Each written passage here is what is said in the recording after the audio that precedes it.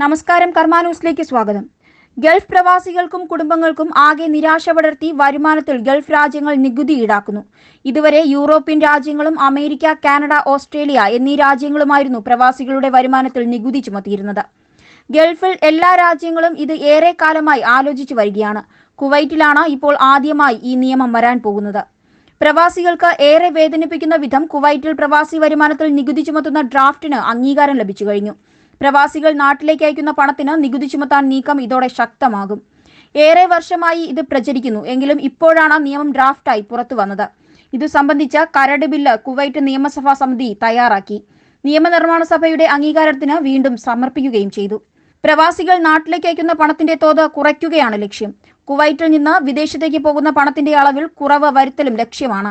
അതായത് കുവൈറ്റിൽ തന്നെ പ്രവാസികളുടെ നിക്ഷേപം കൂട്ടുക, അവിടെ തന്നെ ഷോപ്പിംഗ്, ജീവിതം, വാടക, മെച്ചപ്പെട്ട താമസം ഇതിനൊക്കെയായി പണം ചെലവഴിപ്പിക്കുക എന്നതാണ് പുതിയ തന്ത്രം. നാട്ടിലേക്ക് അയക്കുന്ന പണത്തിന് മാത്രമാണ് നികുതി പരിഗണിക്കുന്നത്. പ്രവാസികൾ നാട്ടിലേക്ക് അയക്കുന്ന പണത്തിന് 5% നികുതി ചുമത്തണമെന്നാണ് കുവൈറ്റ് നിയമസഭാ നിർമ്മാണ സമിതിയുടെ സാമ്പത്തിക കാര്യ സമിതി തയ്യാറാക്കിയ കരട് നിയമത്തിൽ പറയുന്നത്. ഇനി നിയമനിർമ്മാണ സഭയുടെ അനുമതി ലഭിക്കേണ്ടതുണ്ട്. നേരത്തെ ഇത്തരം നിർദ്ദേശം സഭ തള്ളിയിരുന്നു. എന്നാൽ ഇപ്പോൾ ഇത് വീണ്ടും നിയമമാകാൻ പോവുകയാണ്. 5% നികുതി കുവൈറ്റിൽ നടപ്പാക്കി വിജയിച്ചാൽ മറ്റ് ഗൾഫ് രാജ്യങ്ങളെല്ലാം ഇത് തുടരാൻ സാധ്യതയുണ്ട്. ഗൾഫിലെ കൂടുതൽ രാജ്യങ്ങൾ സമാനമായ നീക്കങ്ങൾ നടത്തുമെന്നാണ് സൂചനകൾ.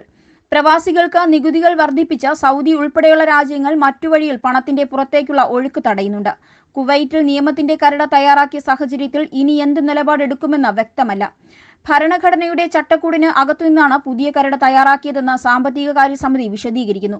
പുതിയ നിയമത്തിൽ യാതൊരു ലംഘനവുമില്ലെന്നും അവർ വ്യക്തമാക്കുന്നുണ്ട്. എന്നാൽ അത്തരം നികുതികൾ പണം അയക്കുന്നതിന് വ്യാജമാർഗങ്ങൾ തേടുന്നതിലേക്ക് എത്തിക്കുമോ എന്ന ആശങ്കയുമുണ്ട്. പല ഗൾഫ് രാജ്യങ്ങളും നേരത്തെ ഇക്കാര്യത്തിൽ വിശദമായ ചർച്ചകൾ നടത്തിയിരുന്നു. എന്നാൽ വിദേശത്തേക്കുള്ള പണമൊഴുക്ക് തടയാൻ മറ്റ് പല ലെവിയും നികുതികളും വിദേശികൾക്ക് ചുമത്തുകയാണ് സൗദി ഉൾപ്പെടെയുള്ള രാജ്യങ്ങൾ ചെയ്തത്. കൂടാതെ സ്വദേശികൾക്ക് കൂടുതലായി ജോലി നൽകാനുള്ള നീക്കങ്ങളും അവർ ആരംഭിക്കുകയും ചെയ്തു. പുതിയ സാഹചര്യം കേരളത്തിന് വൻ തിരിച്ചടിയുണ്ടാക്കും. ഗൾഫ് വരുമാനം മാത്രം ആശ്രയിച്ച് കഴിയുന്നവരിൽ ഇത് വലിയ പ്രതിസന്ധിയും ഉണ്ടാക്കും. പ്രവാസി പണം പ്രധാനമായ കേരളം ഉൾപ്പെടെയുള്ള സംസ്ഥാനങ്ങൾക്ക് കനത്ത തിരിച്ചടിയാണ് ഗൾഫിലെ ഈ നീക്കം. പണത്തിന്റെ വരവ് ഗൾഫിൽ നിന്നും കുറഞ്ഞാൽ സംസ്ഥാനത്തെ എല്ലാ പദ്ധതികളെയും ബാധിക്കും.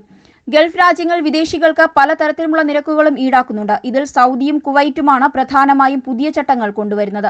കുവൈറ്റിൽ എണ്ണ മേഖലയിൽ ജോലി ചെയ്യുന്ന വിദേശികളുടെ എണ്ണം വൻതോതിൽ കുറവായിട്ടുണ്ടെന്നാണ് റിപ്പോർട്ടുകൾ വരുന്നത്. കുവൈറ്റിൽ വിദേശികൾക്ക് ചികിത്സയ്ക്ക് വേണ്ടി ആശുപത്രി സന്ദർശിക്കുമ്പോൾ നൽകേണ്ടി വരുന്ന ഫീസ് വർദ്ധിപ്പിച്ചു.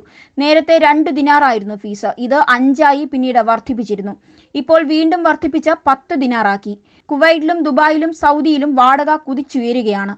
വെള്ളത്തിനും വൈദ്യുതിക്കും കൂടുതൽ വില ഈടാക്കാൻ ശ്രമം നടക്കുന്നു. അതേസമയം ഇറക്കുമതി ചെയ്യുന്ന എല്ലാ സാധനങ്ങൾക്കും വർഷാവർഷം വിലയുയരുന്നുണ്ട്. എണ്ണവിലയും പെട്രോൾ പമ്പുകളിൽ ഓരോ വർഷവും മാറ്റം വരുന്നുണ്ട്. മുൻകാലത്ത് കണ്ട ഗൾഫ് അല്ല ഇപ്പോൾ. ശരിക്കും വരുമാനം പല വഴികളിലൂടെ ചോരുകയാണ്.